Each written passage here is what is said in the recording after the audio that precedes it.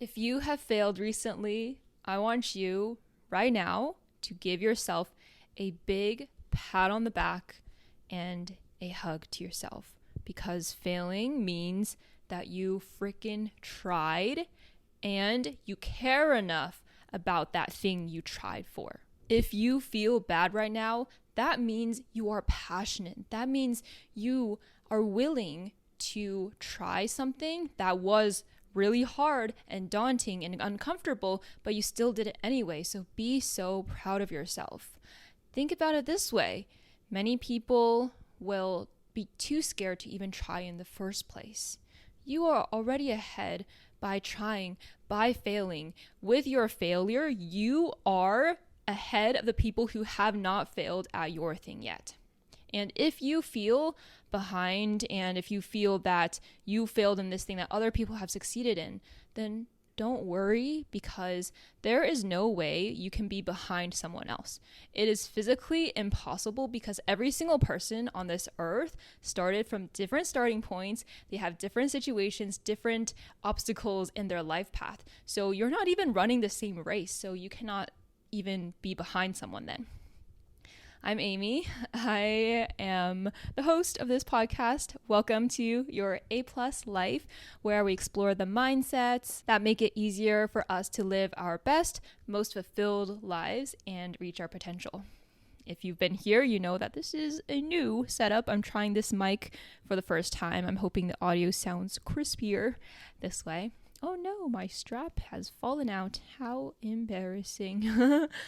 I received this video request actually today about failure from this user called Samina Shahid. Sorry if I botched your name. They asked on my podcast, Your A+ Life, and on my Instagram the same thing about failure. They said, first of all, how they love my videos and how it's important to understand when I look up to you, I'm not just admiring the person you are right now, but everything you were back then among all the hard work and failures. I would like to give a suggestion to you. Could you please make a video focusing on times when hard work was not enough, failures we face, and how other people's mentality can bring our mindset down? As a fellow Asian, I think we can all agree that failure is not an option, and our parents expect us to do well. And often at times when we do fail, it becomes easier to have their mindset of not being able to achieve anything. I would hugely appreciate if you focused on said failures, especially the story of you not getting into Stanford. I think this would be so inspiring to listen to how you grew and moved on from it, especially since it's now back to school applying to college season. Thank you so much for the wonderful video suggestion. This topic about failure has actually been on my list for a long time. My super long list of over hundreds of video ideas. And because I received this request from you, I just moved it up the priority list. Right before I started filming this podcast episode today, I did my 5-minute meditation, which I'm trying to do every day now. I was pretty bad at staying consistent before, but I realized that every time I do it, it makes me feel grounded. So why not do it, right? Seems so simple, but even this simple thing, when I talk about discipline and hard work all the time, I failed at staying consistent on meditating when I wanted to start this habit a couple years ago.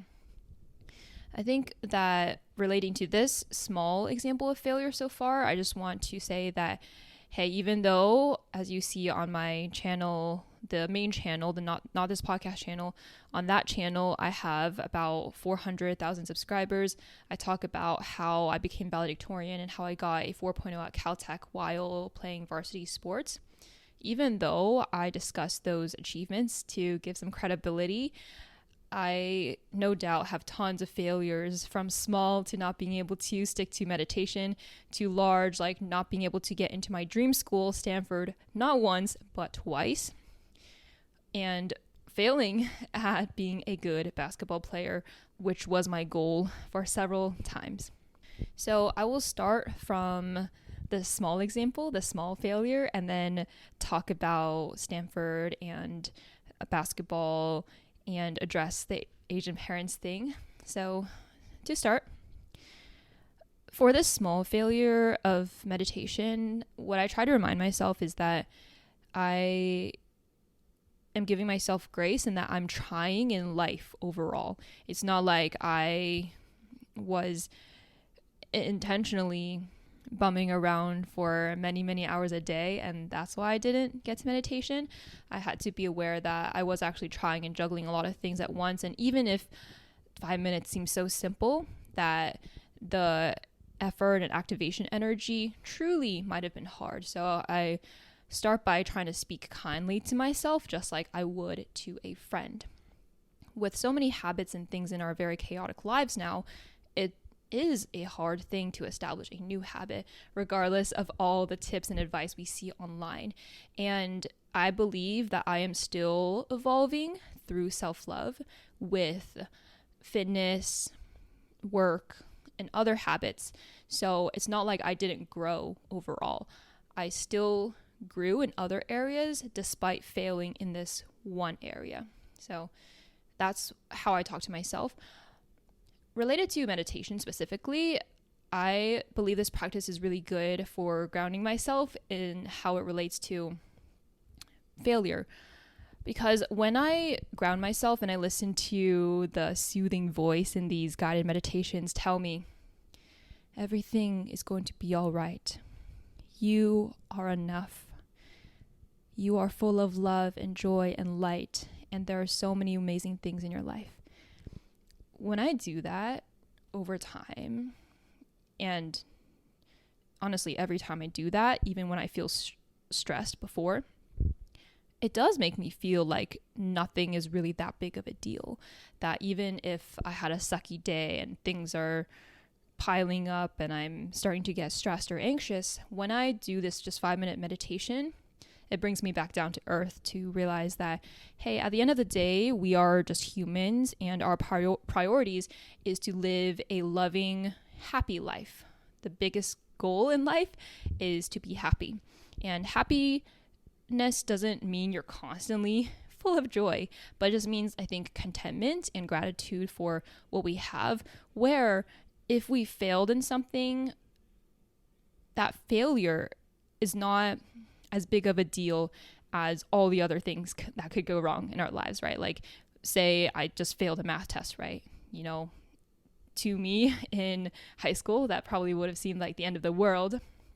And if a video flops now too, I probably also feel very bad. But if I ground and center myself, I'll be like, hey, actually, I have a loving support network, or I have these other things I'm grateful for, that, things are always going to go wrong in life sometimes, but I still have the most important things and I can always try again, So as long as we kind of have that mindset to start and stay grounded with what really matters, we realize that sometimes the failures we feel so bad about aren't actually the end of the world, as much as Asian parents might make us feel like, or honestly, any kind of more strict parents with high expectations, not just Asian parents. That's a good segue into the discussion about strict parents making you feel like you will never achieve anything just because of a failure. I don't say this to be on the parent side, of course, but my dad would always tell me how hard it is to be a dad. Before, I would kind of brush it off like, oh yeah, sure, I have school, I have so many extracurriculars. Don't tell me it's hard to be a dad. I bet I could be a good parent. But that's when I was really naive, and that's honestly a pretty dumb thing to say, right? Because our parents are also living life for the first time. They don't know what it's like to be a parent. As I'm getting older, even though it's still kind of far away from me, but I'm getting closer to where I will become a parent, and I can imagine how hard it will be, how foreign of this concept would be. So parents, honestly, most of the time, the vast majority of parents, they just want what's best for you, and they are just so passionate about you succeeding in life that sometimes their emotions might get in the way, and they will make you feel discouraged and make you feel worse instead of being mindful of your emotions and making you feel more encouraged, So I think it's just a lack of understanding how to motivate and inspire a kid, perhaps. Like, their intentions are positive. If we remember someone's intentions, then it's easier to forgive them. With that being said, communication is always helpful. Like, if they were encouraging one time, you can sometime bring it up and be like, hey, mom, dad, remember that time you were encouraging? That actually made me feel a lot better. And I think that this kind of feedback makes me even more determined and more capable of succeeding. So I think you can even send them this video, for example, or other videos online where they don't have to hear it from you, but they can hear it from someone else. That way they know that it's not very productive to talk down on you when you make a mistake. Then on your end, for how to self-regulate your emotions, I know that it was really hard for me as an eldest daughter, kind of had eldest daughter syndrome, as they call it on the internet. I have very high expectations of myself because they had high expectations of me. I felt like I had to be hard on myself, otherwise my parents would be even harder on me. When I did feel like I disappointed my parents, I honestly, sometimes I would just cuddle with my dog. I had a Shiba Inu while I was in high school, and they're just so adorable. Sometimes I would talk with my sister because she understands what I'm going through because we have the same parents, even though she's not the oldest kid. And I would journal a lot. I would self-reflect and evaluate how much I did try and whether that failure really was something that I didn't try hard enough in. Because if I didn't try hard enough or like smart enough in, then that means that's something that's solvable, right? It's not a lost cause. And I always think about, what did I learn from this experience? Strict parents are really difficult to deal with when they see your failure, some kind of mistake, and they assume that that was just your fault, you know? So usually that happens when they don't really follow you through the process of you trying. So all they see is the result and they just get hung up on the result, right? But if you think about it, if you can get them more involved in your process of trying, in your pursuits, in your studying, in your college application, they would visibly see how much effort you're putting in. And if you ask them questions throughout the process, like, hey, what do you think I can do better here? What is your tip about how to study this subject better? Then they would give you advice and they would really engage and be part of your success or failure. I know I'm saying success and failure are pretty binary, in very binary terms, like black and white, but it's just for the simplicity of this video. And so once they get more involved and they're aware of all the efforts you put in, then whatever that result is, that won't matter nearly as much. Just think about it. If you saw someone you love trying so hard, they got you engaged in the process, showing their attitude of caring, then they failed, and so what, you know? So I think that's what really helped me when I got rejected from Stanford. I, of course, really cared because Stanford was my dream school and I tried so hard. I was so paranoid about everything on the application. And my dad really knew that. So even though he was disappointed with me, it was more like he was disappointed, like I said, with me. He was sad with me and empathetic toward me. And that's what made him sad and disappointed. It wasn't that he was disappointed in me, but he was disappointed with me. That's because I showed him my application throughout the process. I asked him questions. He saw that I was working on it every week for many hours.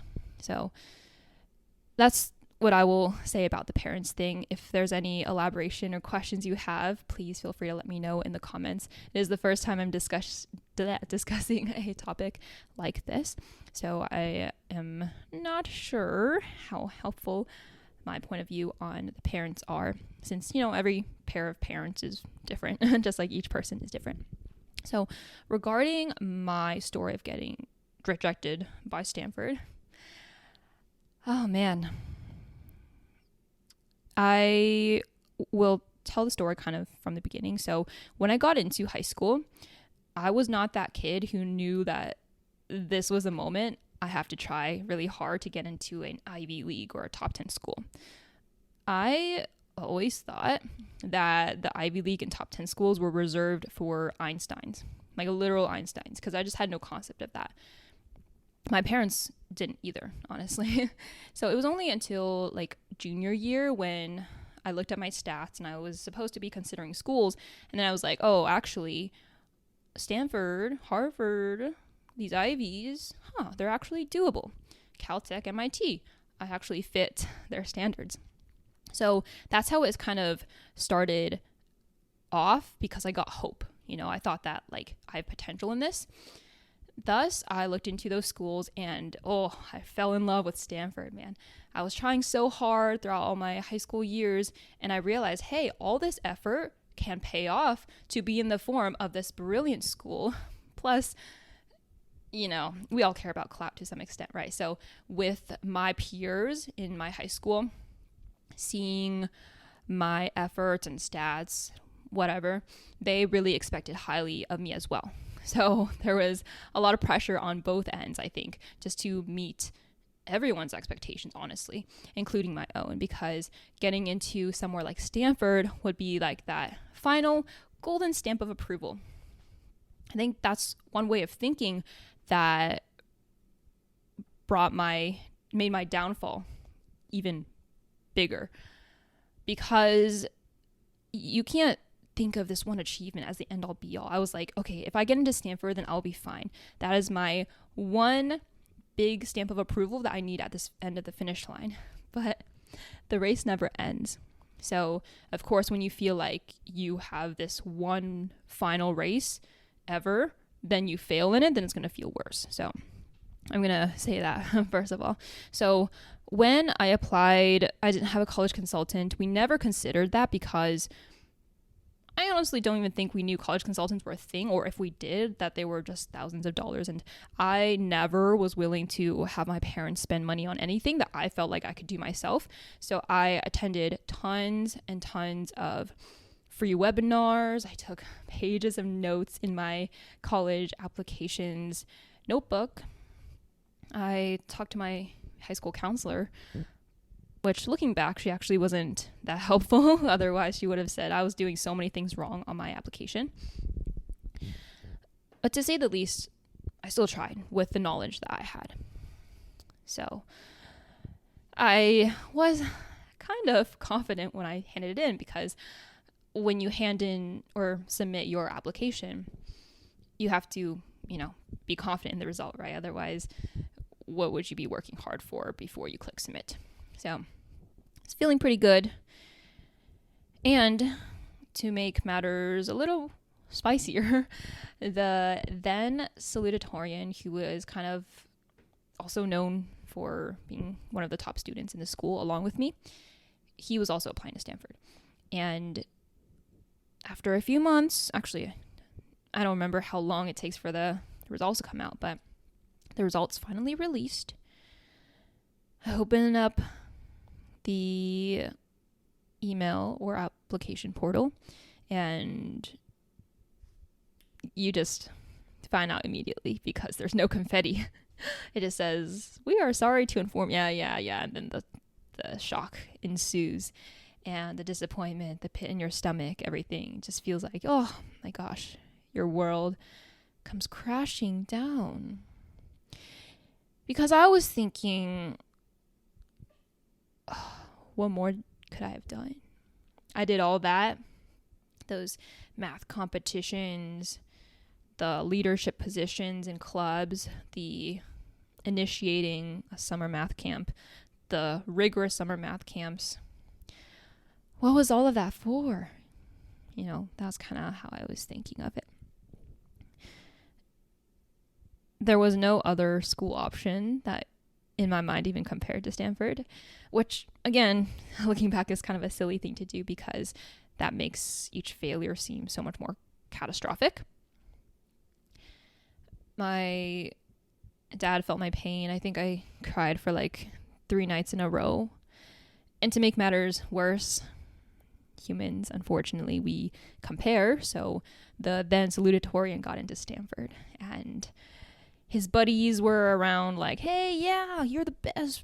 Oh man, I knew you could do it. While I didn't want anyone to ask me what my results were like.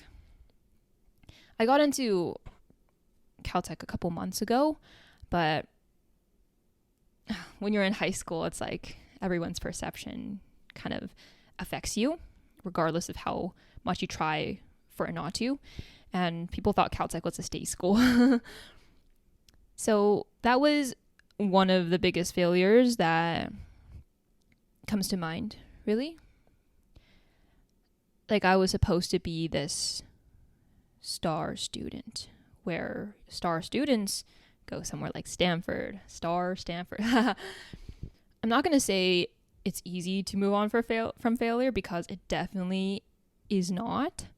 I didn't cry for the rest of the semester, but there was still this pain of being like, oh man, everything that I had visualized after that acceptance letter is not reality. Everything is completely unlike how I expected it. And my expectations were very clear, visual in my mind, and high, honestly. I didn't really imagine an alternative, which also was not good. But I think what helped me was deciding to go to Caltech and realizing that this is the reality. This is what actually happened. So I'm going to make the most of what is. I researched more about Caltech. I got more connected, I think, with the basketball team at Caltech. I just really tried to get myself excited about where I was actually going to be. Healing takes time, and I really found that to be true, because it was always a chip on my shoulder that I didn't get into Stanford, but that chip faded with time, especially over the summer when I went on a trip to China with my family. That grounded myself. I also started my first YouTube channel with my sister. That was fun and exciting. So these fun things over the summer just really gets your mind off of it. You realize that an achievement or a so-called failure is just that. It's one instance, but you can control so many things in your life and make so many things in your life fun and exciting and fulfilling, like being with my family, like doing what I can control, which was to be brave and trust in my ability, regardless of my achievements. I had to trust in my ability with my sister to help impact people using our first YouTube channel. Then what also helped was actually starting school at Caltech. It was so hard, but I think I had a great attitude going in, that I'm excited about the freedom, independence, making new friends. It was like an extended summer camp, honestly, and the open-mindedness and attitude led me to make a lot of great friends just within the first few days. So having your tribe makes you so grateful for what actually is. And all the positive things that come after make you realize, like, oh my gosh, maybe I wouldn't have these positive things if I hadn't failed. If I got into Stanford, I would not have if I got into Stanford, I would not have met these people. And so many other things down the line, including eventually meeting my fiance, not at Caltech, but it was because of Caltech. So that's what really helps you heal and makes you almost grateful for that failure, because it's not like I didn't try, right? Regret comes when you didn't try your hardest, or if you knew there was something you could have done differently, you're regretful if in the process of trying to get that achievement, you were thinking, oh, I'm not doing enough, or like, I should get off my phone and work on my application, and then you chose your phone. So like that's when regret happens. That's why on my channels, I really emphasize just like trying and reflecting and iterating first and foremost. It's like if you control the things you control, there's nothing really to get mad about yourself for. There's nothing to be disappointed in yourself in, even if you stumble sometimes and you are not most productive sometimes, like that is okay, because your overall attitude and your identity is still someone who tries, and who you are, your skills, your human capital, your attitude, those are things that you carry with you regardless of the achievements. Even if you failed, just like I failed getting into Stanford, well, hey, I'm still an awesome person. So I will still thrive no matter what school I go to. Sure, Stanford might have some resources and I would have gotten into entrepreneurship sooner, but maybe that was a path I just had to take. I was not that entrepreneurial in high school, so it totally makes sense why I didn't get put into that environment that likes entrepreneurship. Through this path and going to a tiny school like Caltech, I grew my confidence because I was outgoing and I found myself, and I thought that Caltech didn't have enough awareness about the school. So I started making Caltech vlogs, and I took advantage of the opportunities I had in this alternative life path. On the life path I was currently on, I made day in the life of a Caltech student vlogs, and perhaps if I was at Stanford, I wouldn't have had the confidence to do that. I would have felt more judged. So going to Caltech really led me to be the entrepreneur that I am today, where maybe you can say I had these qualities the whole time, but I feel like things just had to have happened this way for me to genuinely like bring them out. Of course, this is all hindsight. Hindsight is 2020. Who knows? Things could have been better at Stanford. Maybe I'm just justifying it. But it doesn't matter. It doesn't matter what could have been, because this is what actually happened. And so trust me when I say that as long as you try to be the best person you can be and lead with love, kindness, determination, all the great qualities, you will be fine and you will end up somewhere so amazing, regardless of your failures or mistakes or any other negative turn you take, because it could end up being a positive turn down your life path. In this current moment, all that matters is that I found my way because of who I am. So there's no use speculating. It's just like have a strong internal locus of control. Do what you think is best moving forward. And once you start getting so busy trying to evolve, giving yourself self-love, helping other people, and developing your skills, you'll be so busy that you're like not even thinking about failures. Because when you think about failures, unless you're reflecting to learn from them and apply those lessons, unless you're doing that, it's kind of a waste of time, because the past was the past. We are here now. So having a joy of life and making the most of your present is also something that helped me move on, because in this limited life that we have, I just don't want to dwell on the negativity. And I know that sounds like it's easy to say, but like I said, I did cry for several days. I did feel this resentment about it for a decent time. But I think this attitude is what helped me move on and grow a little faster. By the way, why I say I got rejected from Stanford twice is that I also got rejected from Stanford's MBA program in my senior year at Caltech. So that really sucked. I will say that this does not deter me from continuing to try. That's what's important. I am still applying right now to HBS, Harvard's business school. So applications are due September 4th, and yeah, I might fail. I'm putting in a lot of effort, which would really suck, honestly, if I do get rejected. But the important thing is to try, because if I don't try, then I'll definitely not get in. Hello, this is Amy from a few days after I filmed the main part of the podcast.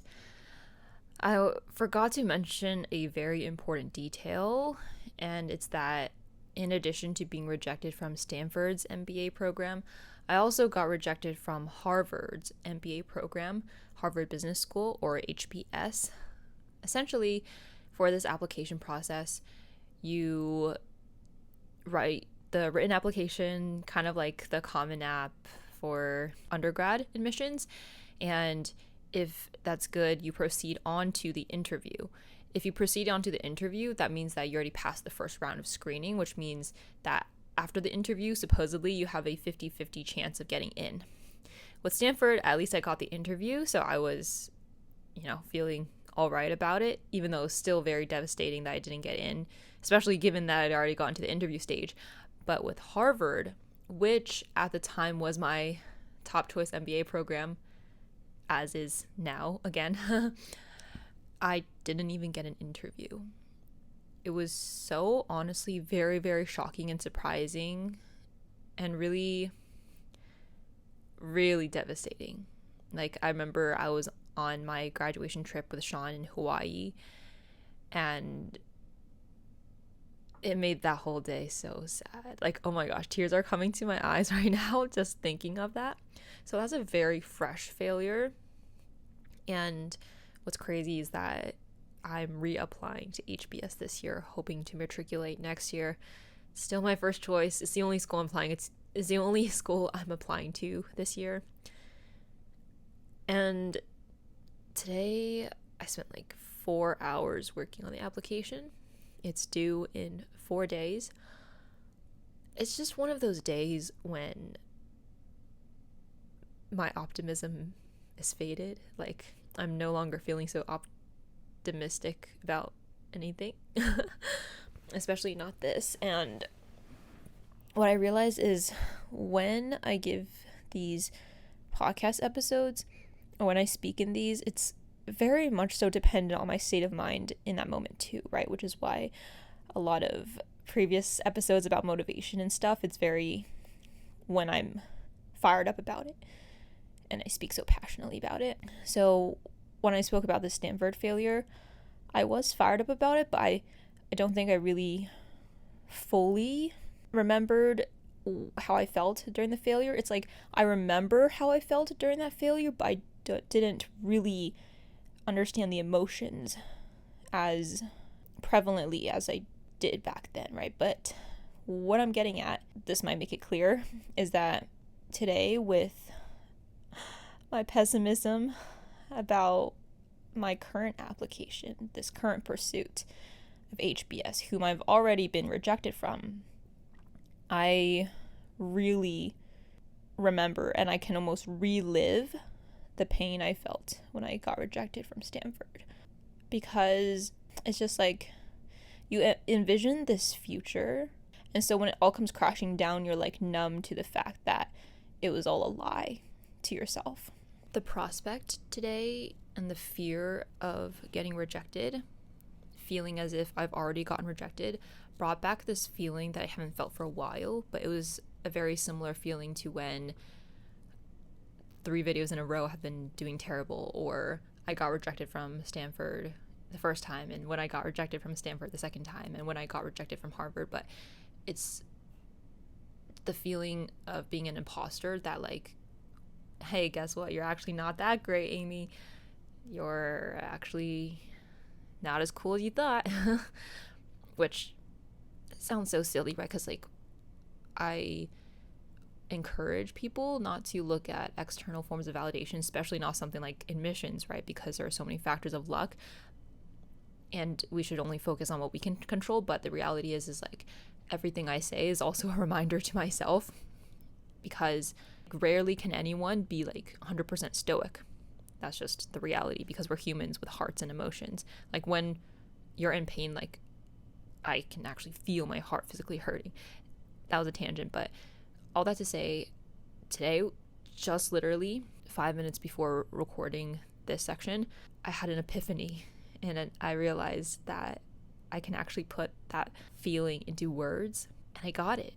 It's imposter syndrome. It's feeling like you're an imposter. And it's so funny because I never thought I felt that, because how people usually described imposter syndrome was having it when they're in this setting and they don't feel like they're deserving of that. They don't feel deserving of this accomplishment. But for me, it's like I feel imposter syndrome when I didn't get an achievement because of my expectations of myself. So in high school, I was pretty confident about being a top student. I mean, that's who I was. But once I got the rejection, that's when I felt imposter syndrome, because I felt like their validation was what I needed to actually be a top student, which, like, in my heart, I know is not true at all, but it's like these societal pressures, right? And I know it doesn't define happiness or a good life or my good future, but it's just in that moment. Like, you know, if you're struggling with a failure right now, I just really want to be able to voice the kind of feelings that you might be feeling, because it could be comforting since I didn't have an older sibling to help me at the time. You can only connect the dots looking backwards. You can never connect them looking forward. So even though now I can say, oh, sure, rejected from Stanford was a good thing. Well, in the moment, how could I have thought that way, you know? I think all we can do is just have hope. And at the end of the day, how I'm thinking right now, even though I'm not super hopeful, it's just one of those days. Even though I'm not so hopeful about my HBS application. Oh, I can't say that because that's so jinxing. Oh my gosh, my mind is full of conflicting emotions. Anyway, the point is, no matter what happens, like these external achievements, regardless of what other opportunities they could lead you to, all of these achievements upon potential achievements, those do not define a good life. My good life is what I make of it and all the other important things in it. And that's what I'm telling myself right now as reassurance. And there are going to be bad days, like I had when I cried about Stanford, and right now when it's been a hard day, very tired. So there are going to be these days, but days don't define a life. Majority of my life, my days are fun. Tomorrow I'm going to dim sum. Hooray. Okay, I'm getting off topic now, but all that to say, I can really feel and almost anticipate the feeling of disappointment. Maybe that's me protecting myself because the deadline's getting closer. But yeah, I can just feel the failure before it even happens. You know what I mean? Even though I'm doing it, I think everything in my power to avoid the failure. But that's also a bad way of thinking. It's not like avoid the failure, but it's to pursue the success. It's as if I can already feel devastation before it even happens. Anyway, back to Maine, Amy. I think 3 days later, Amy is done here and very much needs to sleep. I'm applying and putting in all this effort to give myself the chance of succeeding in terms of getting in. But I will still gain from the experience of applying either way. The second failure that was more recent that I will discuss to hopefully help inspire you is my basketball journey. So I started playing basketball in 5th grade. This is the earliest sport I took seriously, not counting soccer, which my mom signed me up for when I was like 7, and I wouldn't even stick my foot out to kick the ball. So basketball was a thing that I should have, quote unquote, been really good at because I started it earlier than all the other sports I did later. I played club basketball, trained so many hours, and I never made varsity in high school. I did play varsity in college, but I was a bench warmer, and I didn't like that. I was so urging to be more active on the team, to contribute shots and points to my team.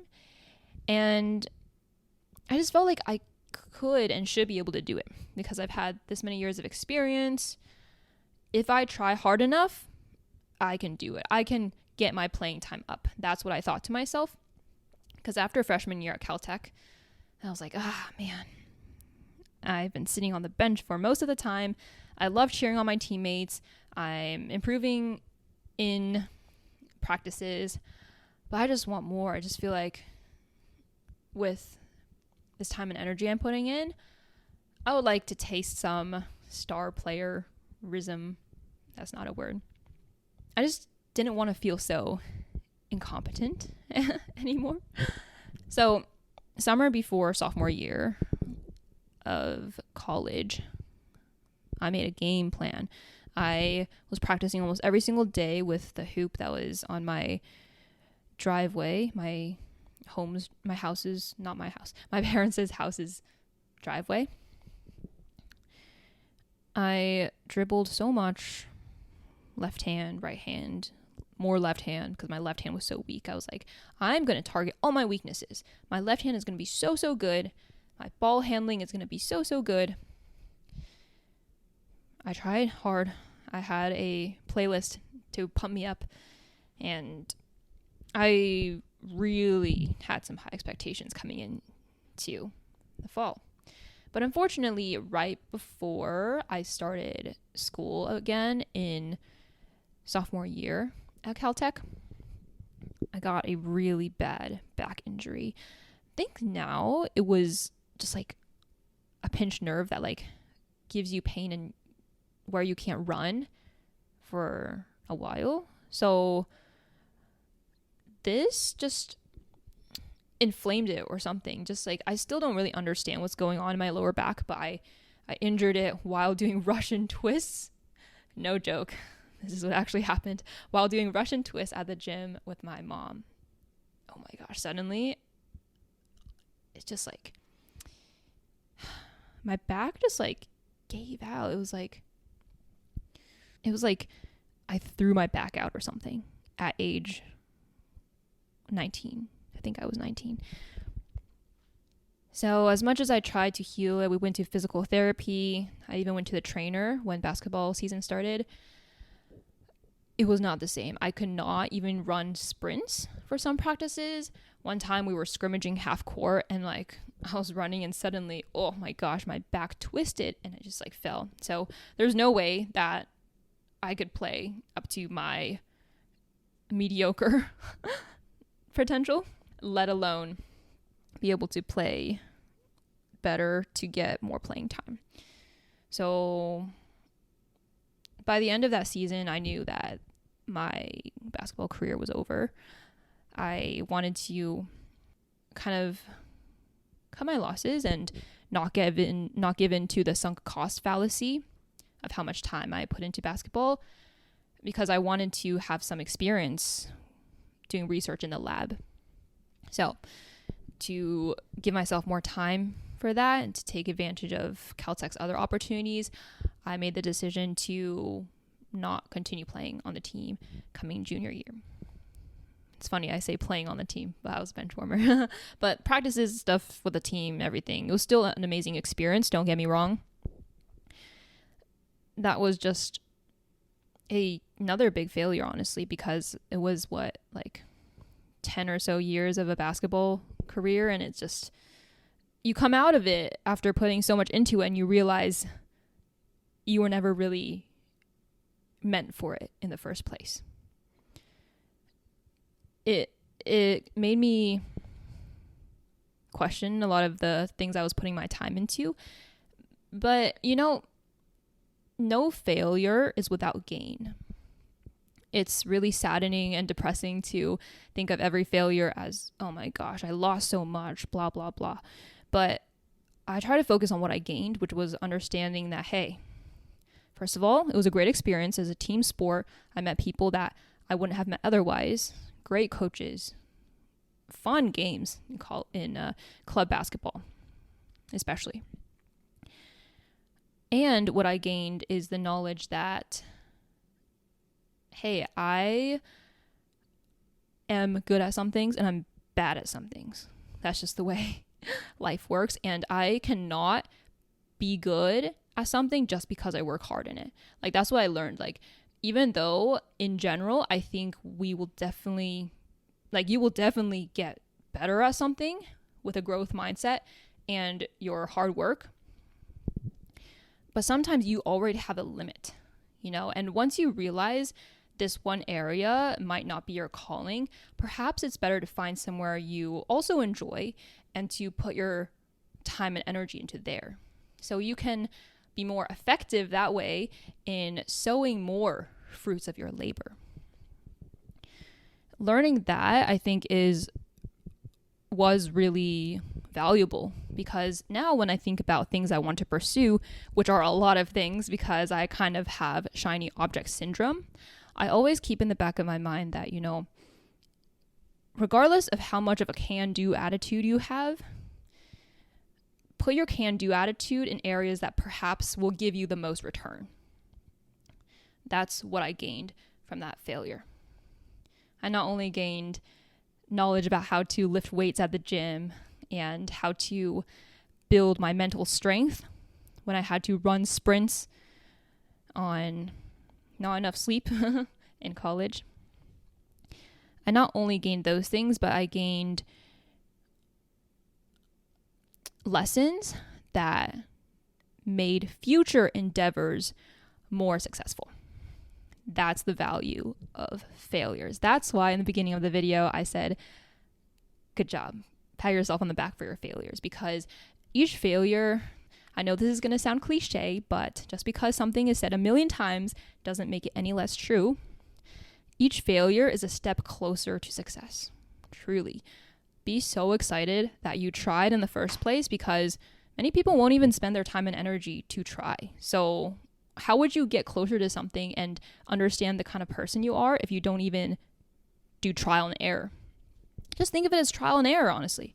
You try something, it doesn't work. Okay, great. You can cross that off, Or maybe there's a lesson to not do what I did, and I will do this next time to be better. With basketball, for example, I can still play casually with other people, which is so great. See, it wasn't it wasn't sunk cost, I am someone who struggles with getting rid of things and the word waste. Like, I hate wasting things. So if I can move on from years and years of basketball without a very strong ending to my career, then I'm sure you are strong enough to get through whatever failure or mistake or setback you are going through right now. To move on, I just got to work on the next thing. I loved tennis. I loved starting to work in a lab and see what new adventures would bring me, on to the next one. Just like I said, trial and error. If no one told you today, you are enough, you are valuable, you have so much potential inside. So when you think of the word self-improvement, replace improvement with love and frame everything you're doing as for yourself, as giving yourself self-love. Because when you love yourself so much, you will find it easier to do things that are beneficial to you. And that includes your self-talk. When you love yourself, instead of feeling the pressure of self-improvement where you have to level up with everything you try, you have to succeed in everything you try, don't think that way. Think of it as you're always leveling up because of how much you tried to give yourself the best, and that you are still leveling up by learning. Thank you so much for spending your precious time with me today. I hope that this was helpful. As always, let me know your thoughts in the comments. You are all so smart. Sometimes I read your comments and they're like quotes from books or like other very eloquent ways of explaining something. And I'm like, wow, you should be the one making YouTube videos here too. So thank you for sharing that. It's really helpful to other viewers on this channel and podcast as well. If you enjoy this, please remember to give it a thumbs up. Please if you can share this with other people, like share my podcast with other people. I don't monetize this at all, except for a little bit of AdSense on YouTube. So my pure goal is honestly just to share more stories, to help more people feel heard and understood and loved, and help your mindsets be stronger, believe that you can do it. So please share with a friend, a family member. I realized that I say some really long sentences that if we're written out in essays will probably be like run-on sentences. I hope that still understandable. I'm constantly trying to improve as well. So let me know what you would like to listen to next. Please, if you're on Spotify or Apple Podcasts, you can leave a comment there too.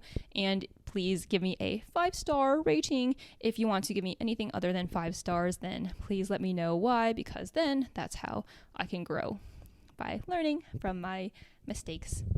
Thank you. At the end of the day, it's about what you gained from experiences that contribute to the kind of person you are today.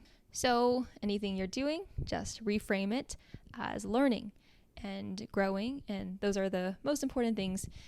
Yes, just keep that in mind. And when you remind that to other people you're supporting as well, you'll be better at reminding yourself too. Remember to subscribe, follow, share, and keep living your A+ life. Thank you, and I'll see you in the next episode.